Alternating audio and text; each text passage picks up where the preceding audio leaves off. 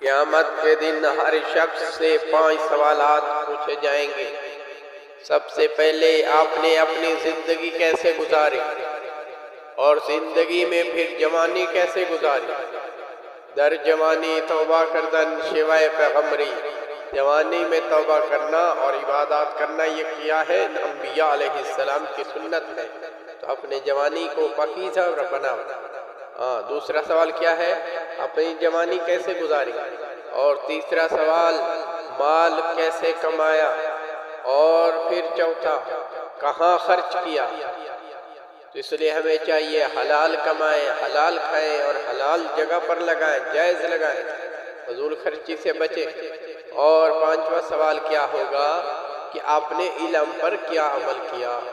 تو اس لیے میرے بھائیوں دوستوں، ہمیں آخرت کی تیاری کرنی ہے، اور یہ 5 سوال ہمیں تب ہی وہاں ان سوالوں کے جواب آئیں گے جب ہم دنیا میں اللہ کے حکموں کے مطابق اور نبی علیہ السلام کے مبارک نورانی سنتوں کے مطابق زندگی گزار کے جائیں گے۔